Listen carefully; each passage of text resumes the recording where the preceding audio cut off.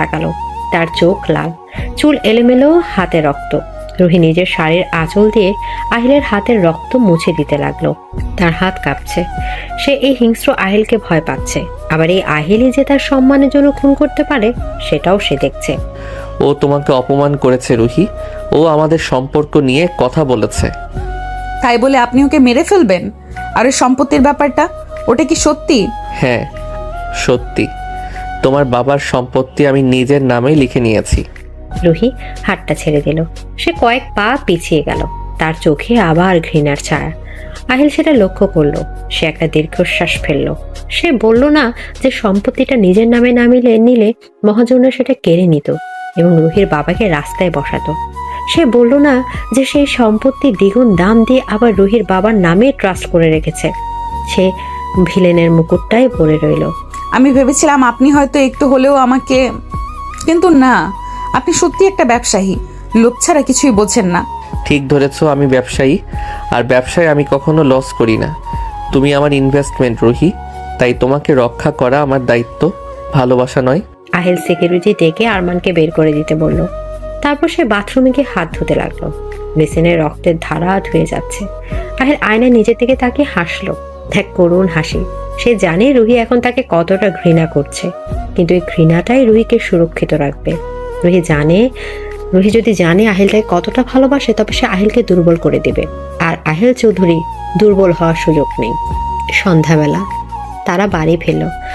গাড়িতে আবার সেই নীরবতা, কিন্তু এই নীরবতা গতকালের মতো রোমান্টিক নয়, এটা বরফের মতো ঠান্ডা। ঘরে ঢুকে রুহি সোজা ব্যালকনিতে চলে গেল। আহিল সোফায় বসে ক্লান্তভাবে মাথা এলিয়ে দিল। তার খুব ইচ্ছা করছে রুহিকে জড়িয়ে ধরে সব সত্যি বলে দিতে, কিন্তু সে তা পারবে না। হঠাৎ কারেন্ট চলে গেল।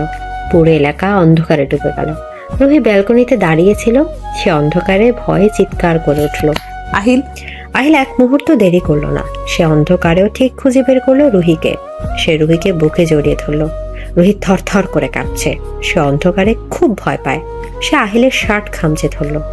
ভয় নেই, আমি আছি। আমি থাকতে অন্ধকার তোমাকে ছুতে পারবে না। আমাকে ছাড়বেন না প্লিজ। আলো আসা পর্যন্ত আমাকে ধরে রাখুন। আমি তোমাকে আলো আসার পরেও ছাড়বো না রুহি। আমি তোমাকে কোনো দিন ছাড়বো না। অন্ধকারের সুযোগে আহিল রুহির চুলে চুমু খেলো। রুহি এবার বাধা দিল না। সে জানে এই লোকটা খারাপ, এই লোকটা তার বাবার শত্রু। তবু এই মুহূর্তে লোকটার বুকে সে সবচেয়ে নিরাপদ বোধ করছে। এই দুমুখী অনুমতি রুহিকে পাগল করে দিচ্ছে। সে আহিলের বুকে মাথা রেখে ফুপিয়ে কাঁদতে লাগলো। কাঁদছো কেন? জানি না, আমি আপনাকে ঘৃণা করতে চাই আহিল, কিন্তু কেন পারছি না। কেন আপনি এত খারাপ হয়েও আমাকে আগলে রাখেন? কারণ কিছু কিছু ভিলেনের গল্পে নায়িকার কান্না বারণ থাকে, আর তুমি আমার গল্পের নায়িকা। জেনারেটর চালু হলো, আলো জ্বলে উঠলো, কিন্তু তারা দুজন একে অপরকে ছাড়লো না। আহিল রুহির চোখের জল মুছে দিল। তারা আঙুল রুহির ঠোঁট স্পর্শ করলো। রুহি শিহরিত হলো। আহিলকে আবার তাকে চুমু খাবে। রুহির মনে হলো সে চাইছে আহিল তাকে আদর করুক, আবার একই সাথে তার বিবেক তাকে বাধা দিচ্ছে। ফ্রেশ হয়ে নাও, ডিনার রেডি। আর হ্যাঁ, কাল থেকে তুমি অফিসে যাবে না, বাড়িতেই থাকবে। কেন? আমি কি আপনার কাজে ডিস্টার্ব করেছি? না, তোমাকে অফিসে দেখলে আমার কাজের ক্ষতি হয়। আমি কাজে মন দিতে পারি না। তোমাকে শুধু দেখার ইচ্ছে হয়, আর সেটা ব্যবসার জন্য ভালো না। এদিকে আহিল কথাগুলো বলে ঘর থেকে বেরিয়ে গেল। রুহি স্তব্ধ হয়ে দাঁড়িয়ে রইল। লোকটা তাকে অপমান করলো নাকি ভালোবাসা প্রকাশ করলো? আহিল চৌধুরী সত্যি এক রহস্য। তাকে বোঝা রুহির সাধ্যের বাইরে, কিন্তু রুহি এটা বুঝতে পারছে এই খেলার জালে সে ক্রমশ জড়িয়ে পড়ছে, যেখান থেকে বের হওয়ার কোনো রাস্তা নেই। ঘড়ির রাত 2টা বাজে। চৌধুরী ভিলা গভীর ঘুমে আচ্ছন্ন, কিন্তু 3তলার মাস্টার বেডরুমের আলো এখনো জ্বলছে। আহিল জানালার পাশে ইজি চেয়ারে বসে আছে। তার হাতে এক গ্লাস হুইস্কি, কিন্তু সে পান করছে না, শুধু গ্লাসের বরফগুলোর গলে যাওয়া দেখছে। বাইরের আকাশ কালো মেঘে ঢাকা, মাঝে মাঝে বিদ্যুৎ চমকাচ্ছে, যেন প্রকৃতির বুকেও কোনো ঝড় চলছে।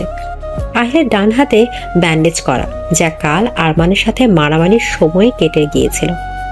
ক্ষতটা বেশ গভীর, কিন্তু আহিল ডাক্তার দেখাতে রাজি হয়নি। তার জেদ, সামান্য কাটা ছেড়ে তাকে দুর্বল করতে পারবে না। কিন্তু এখন হাতের যন্ত্রণার যে মনের যন্ত্রণা তাকে বেশি ভোগাচ্ছে। রুহির ওই ঘৃণা মাখা দৃষ্টি তাকে ভেতর থেকে পুড়িয়ে দিচ্ছে। সে জানে সে রুহির ভালোর জন্যই কঠোর হয়েছে, কিন্তু প্রিয় মানুষের ঘৃণা সহ্য করা পৃথিবীর সবচেয়ে কঠিন কাজ। আপনি এখনো ঘুমাননি? হঠাৎ রুহির কণ্ঠস্বরে আহিলের ধ্যান ভাঙল। রুহি ঘুম থেকে উঠে বসেছে।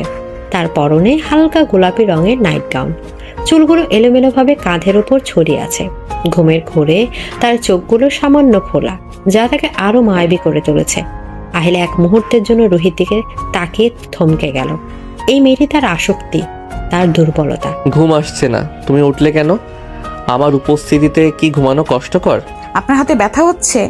আমি দেখলাম আপনি বারবার হাতটা মুঠো করছেন। সামান্য ব্যথা? আহিল চৌধুরীর সহ্য ক্ষমতা সম্পর্কে তোমার কোনো ধারণা নেই রুহি। এর চেয়ে অনেক বড় ব্যথা আমি হাসি মুখে সহ্য করেছি। শরীরের ব্যথা সহ্য করা আর অবহেলা করা এক জিনিস নয়। আমাকে দেখতে দিন। রুহি বিছানা থেকে নেমে আহিলের কাছে এলো। আহিল বাধা দেওয়ার আগেই রুহি তার ব্যান্ডেজ করা হাতটা নিজের হাতে তুলে নিল। ব্যান্ডেজটা রক্তে ভিজে লাল হয়ে আছে, সম্ভবত ইনফেকশন হয়েছে, তাই আহিলের গা কপাল দিয়ে আগুনের মতো তাপ বের হচ্ছে। রুহি চমকে আহিলের কপালে হাত রাখলো। জ্বরে গা পুড়ে যাচ্ছে, অথচ এই লোকটা দিব্যি মদ নিয়ে বসে আছে। আপনার তো ভীষণ জ্বর, গা পুড়ে যাচ্ছে, আর আপনি ডাক্তার না দেখিয়ে এখানে বসে মদ খাচ্ছেন? আপনি কি পাগল? মদ খাচ্ছি না, হাতে ধরে রেখেছি। আর জ্বর আমার কিছু করতে পারবে না, ওটা এমনিতেই কমে যাবে। যাও তুমি ঘুমাও। চুপ করুন, একদম চুপ। সব সময় নিজের হুকুম চালাবেন না। এখন আমি যা বলবো তাই হবে। চুপচাপ বিছানায় গিয়ে শুয়ে পড়ুন। তুমি আমাকে অর্ডার করছো? হ্যাঁ করছি। স্বামী হিসাবে অধিকার দেখান, আর স্ত্রী হিসাবে আমি আমার দায়িত্ব পালন করছি। এখন উঠুন বলছি। রুহির চোখে এক অদ্ভুত দৃঢ়তা ছিল। আহিলের চোখের দিকে তাকিয়ে আর না করতে পারলো না। সে মুচকি হেসে গ্লাসটা টেবিলে রাখলো। জ্বরের ঘোরে তার শরীরটা একটু জ্বলছিল। রুহি দ্রুত তাকে ধরে ফেলল। আহিলের ভারী শরীরটা রুহির ওপর ভর দিল। এই মুহূর্তে আহিলের গায়ে তীব্র তাপ রুহির শরীরে ছড়িয়ে পড়ল। রুহি তাকে ধরে বিছানায় নিয়ে শুয়ে দিল। আহিল চোখ বন্ধ করে শুয়ে পড়ল। তার শ্বাস প্রশ্বাস ভারী হয়ে আসছে। রুহি দ্রুত ফার্স্ট এড বক্স নিয়ে এলো। সে আহিলের হাতের পুরোটা ব্যান্ডেজটা সাবধানে খুলতে শুরু করলো। ক্ষতটা দেখে রুহি নিজেরই চোখে পানি চলে এলো। কতটা জোরে আঘাত লাগলে কাচের টুকরো এভাবে মাংস ভেদ করতে পারে? কাঁদছো কেন? ব্যথাটা আমার হাতে, তোমার চোখে নয়। আপনার কষ্ট হচ্ছে না? হচ্ছে, কিন্তু তোমার চোখের পানি দেখলে কষ্টটা বাড়ে, তাই কান্না থামাও। রুহি কোনো কথা না বলে ডিটেল দিয়ে ক্ষতটা পরিষ্কার করতে লাগলো। আহিল একবার শুধু ফোঁস করে শ্বাস ফেললো, কিন্তু কোনো শব্দ করলো না। রুহি খুব আলতো হাতে নতুন করে ব্যান্ডেজ করে দিল। এরপর সে বাটি ভর্তি পানি আর তোয়ালে নিয়ে এলো আহিলের মাথায় জলপট্টি দেওয়ার জন্য। রুহি যখন ভেজা তোয়ালেটা আহিলের কপালে রাখলো, আহিল তখন জ্বরের ঘোরে বিড়বিড় করছে। যেও না, আমাকে ছেড়ে যেও না। আমি কোথাও যাচ্ছি না, এখানেই আছি। রুহি আহিলের মধ্যে আঙুল চালিয়ে দিল। রুহি আহিলের চুলের মধ্যে আঙুল চালিয়ে দিল। লোকটা ঘুমের মধ্যে একদম বাচ্চার মতো। কে বলবে এই লোকটাই সকালে অফিস কাঁপিয়ে দিয়েছে? রুহির খুব মায়া হলো। সে জানে এই লোকটা তার বাবার সম্পত্তি নিয়েছে, তাকে জোর করে বিয়ে করেছে, কিন্তু তবুও আহিলের প্রতি তার এই যত্ন, এই মায়া, এটাকে সে কি নাম দেবে? রুহি আনমনে আহিলের বুকে হাত রাখলো। আহিলের হৃদস্পন্দন খুব দ্রুত। হঠাৎ আহিল রুহির হাতটা খপ করে ধরে ফেললো এবং এক হ্যাঁচকা টানে রুহিকে নিজের উপর ফেলে দিল। আহিল কি করছেন? আপনার জ্বর? জ্বর আমাকে পোড়াচ্ছে না রুহি, তুমি পোড়াচ্ছ। তোমার এই শীতল স্পর্শ আমার আগুন আরো বাড়িয়ে দিচ্ছে। আহিল জ্বরের ঘোরে রুহিকে নিজের বুকের সাথে পিষে ধরল। তার চোখ রক্তবর্ণ, কিন্তু তাতে কামনার লেলিহান শিখা। আহিল রুহির মুখটা দুহাতে ধরে কাছে টেনে নিল। রুহি তার তপ্ত নিঃশ্বাস অনুভব করতে পারল। আহিলের শরীর থেকে এক প্রকার বুনো গন্ধ বের হচ্ছে, যা রুহির মাথা ঝিমঝিম করেছিল। ছাড়ুন, আপনার রেস্ট দরকার। আমার রেস্ট দরকার নেই, আমার তোমাকে দরকার। আমার মেডিসিন তুমি। আহিল রুহির কথা তোয়াক্কা না করে তার ঠোঁটে নিজের ঠোঁট ডুবিয়ে দিল। এই চুম্বনে কোনো সতর্কতা ছিল না, ছিল এক অসুস্থ মানুষের পাগলামি আর এক প্রেমিকের তীব্র দাবি। আহিলের ঠোঁট রুহির ঠোঁটকে খুব কর্কশভাবে পিষতে লাগলো। জ্বরের তাপে আহিলের মুখের ভেতরটা আগুনের মতো গরম। রুহি সেই উত্তাপে গলে যেতে লাগলো। সে আহিলের কাঁধ খামচে ধরলো। আহিলের এক হাত রুহির নাইট গাউনের ভেতর প্রবেশ করলো। তার খসখসে হাত রুহির পিঠের মসৃণ ত্বকে বিচরণ করতে লাগলো। আহিল প্লিজ, ব্যথা লাগছে। লাগুক, ব্যথা ভালোবাসারই একটা অংশ। আজ আমি তোমাকে এত বেশি ভালোবাসবো যে এই ব্যথাটাই তোমার সুখ মনে হবে। আহিল এক ঝটকায় রুহিকে নিজের পাশে বিছানায় ফেলে দিয়ে তার উপর উঠে এলো। রুহির চুলগুলো বালিশের উপর ছড়িয়ে পড়ল। আহিল রুহির গলার কাছে মুখ ডুবিয়ে দিল। সে পাগলের মতো রুহির গলায় ঘাড়ে কামড় বসাতে লাগলো। রুহি ব্যথায় কুকড়ে উঠল, কিন্তু তার মুখ দিয়ে বের হলো এক মাদকতাময় শীতকার। আহিল সে শব্দ শুনে আরো হিংস্র হয়ে উঠল। সে রুহির নাইট গাউনের ফিতা এক টানে ছিঁড়ে ফেলল। রুহির ফর্সা শরীর আহিল চোখের সামনে উন্মুক্ত হয়ে গেল। আহিল মুগ্ধ দৃষ্টিতে তাকিয়ে রইল কিছুক্ষণ। তুমি জানো না তুমি কতটা সুন্দর। তোমাকে সৃষ্টি করার সময় ঈশ্বর নিশ্চয়ই অনেক সময় নিয়েছিলেন শুধু আমার জন্য। আহিল তার মুখ রুহির বুকের উপর নামিয়ে আনলো। রুহি লজ্জায় আর উত্তেজনায় চোখ বন্ধ করে ফেলল। আহিলের প্রতিটি স্পর্শে রুহির শরীরে বিদ্যুৎ খেলে যাচ্ছে। আহিলের জ্বর তপ্ত শরীর আর রুহির শীতল শরীরে মিলন যেন আগ্নেয়গিরি আর হিমবাহের সংঘর্ষ। আহিল রুহির সারা শরীরে তার মালিকানার ছাপ বসিয়ে দিতে চাইল। সে রুহির পেটে কোমরে গভীর দীর্ঘ চুম্বন দিতে লাগলো। রুহির হাত আহিলের চুলে বিলি কাটছে। সে আহিলকে নিজের দিকে আরো জোরে টেনে নিচ্ছে। রুহির মনে হলো তার সব প্রতিরোধ ভেঙে চুরমার হয়ে যাচ্ছে। সে আজ আর নিজেকে আটকে রাখতে পারবে না। আহিল, আমাকে ভালোবাসুন আরো। রুহির মুখে এই আমন্ত্রণ শুনে আহিলের বাঁধন সম্পূর্ণ ছিঁড়ে গেল। সে রুহির দুই পা নিজের কোমরের দুই পাশে জড়িয়ে নিল। আহিলের পেশিবহুল শরীর রুহির নরম শরীরের উপর আছড়ে পড়ল। তাদের মিলন হলো বন্য, আদিম এবং তীব্র। বাইরের ঝড়ের চেয়েও এই ঘরের ভেতরের ঝড় অনেক বেশি প্রলয়কারী ছিল। আহিল রুহিকে একটু ছাড় দিল না। সে বারবার রুহিকে চূড়ান্ত শিখরে নিয়ে গেল, আবার নিচে নামালো। রুহির কান্না, আহিলের গর্জনা, তাদের ভারী শ্বাস প্রশ্বাসের শব্দে ঘরটা ভারী হয়ে উঠল। আহিল বারবার রুহির কানে ফিস ফিস করে বলতে লাগলো, তুমি আমার, শুধুই আমার।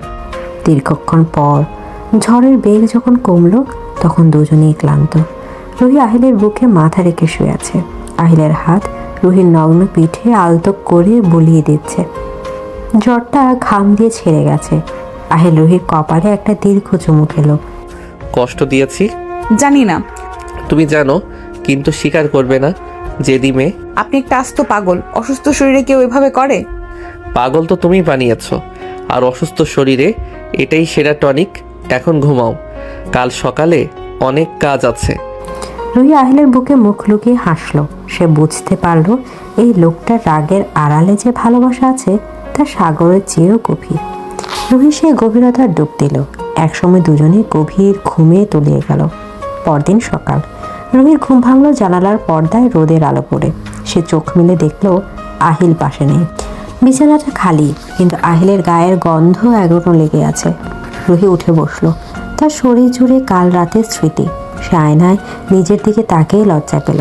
গলায়, ঘাড়ে আহিলের দেয়া কাল ফেটে দাগগুলো স্পষ্ট। সে দ্রুত শাড়ি পরে নিজেকে ঢেকে নিল। বাথরুম থেকে ফ্রেশ হয়ে বেরিয়ে সে দেখলো বিছানার পাশে সাইড টেবিলে একটা ফাইল রাখা। কাল রাতে ওটা ছিল না, হয়তো আহিল সকালে রেখে গেছে। রুহির কৌতূহল হলো। সে ফাইলটা হাতে নিল। ফাইলের উপর লেখা কনফিডেন্সিয়াল। রুহি দুরু দুরু বুকে ফাইলটা খুলল। ভেতরে কিছু লিগেল ডকুমেন্ট। রুহি পড়তে শুরু করলো। পড়তে পড়তে তার চোখ বড় হয়ে গেল। হাত থেকে ফাইলটা পড়ে যাচ্ছিল প্রায়। এটা তার বাবার বাড়ির দলিল, কিন্তু মালিকের নামের জায়গায় আহিলের নাম নেই। সেখানে লেখা রুহি শিকদার। তারিখটা তাদের বিয়ের দিনের। মানে আহিল বাড়িটা নিজের নামে নেয়নি, আমার নামে কিনেছে? রুহি দ্রুত পরের পাতা উল্টালো। সেখানে একটা মেডিকেল রিপোর্ট আর কিছু ব্যাংক স্টেটমেন্ট। আহিল রুহির বাবার হার্ট সার্জারির জন্য বিদেশে টাকা পাঠিয়েছে। আর সবচেয়ে অবাক করা বিষয় হলো রুহির সৎমার বোনের নামে একটা ফিক্সড ডিপোজিট করে দেওয়া হয়েছে, যাতে তারা টাকার লোভে রুহির বাবার ক্ষতি না করে। শর্ত একটাই, তারা রুহির বাবার থেকে দূরে থাকবে। রুহির মাথা ঘুরছে। সে সোফায় বসে পড়লো। তার মানে আহিল তাকে যা বলেছে সব মিথ্যা। সে নিজেকে ভিলেন সাজিয়েছিল শুধু রুহিকে সত্যটা আড়াল করার জন্য। কিন্তু কেন কেন সে রুহির কাছে খারাপ হতে চাইলো? লোকটা এত ভালো কেন? আর আমি তাকে শুধু শুধু ভুল বুঝেছি, তাকে ঘৃণা করেছি, অপমান করেছি। রুহি চোখ দিয়ে অঝরে জল পড়তে লাগলো। সে ফাইলের শেষ পেজে একটা হাতে লেখা নোট পেল। আহিলের হাতের লেখা। রুহি, জানি এই ফাইলটা তুমি কোনো না কোনো দিন দেখবে, তখন হয়তো আমাকে আরো বেশি ঘৃণা করবে।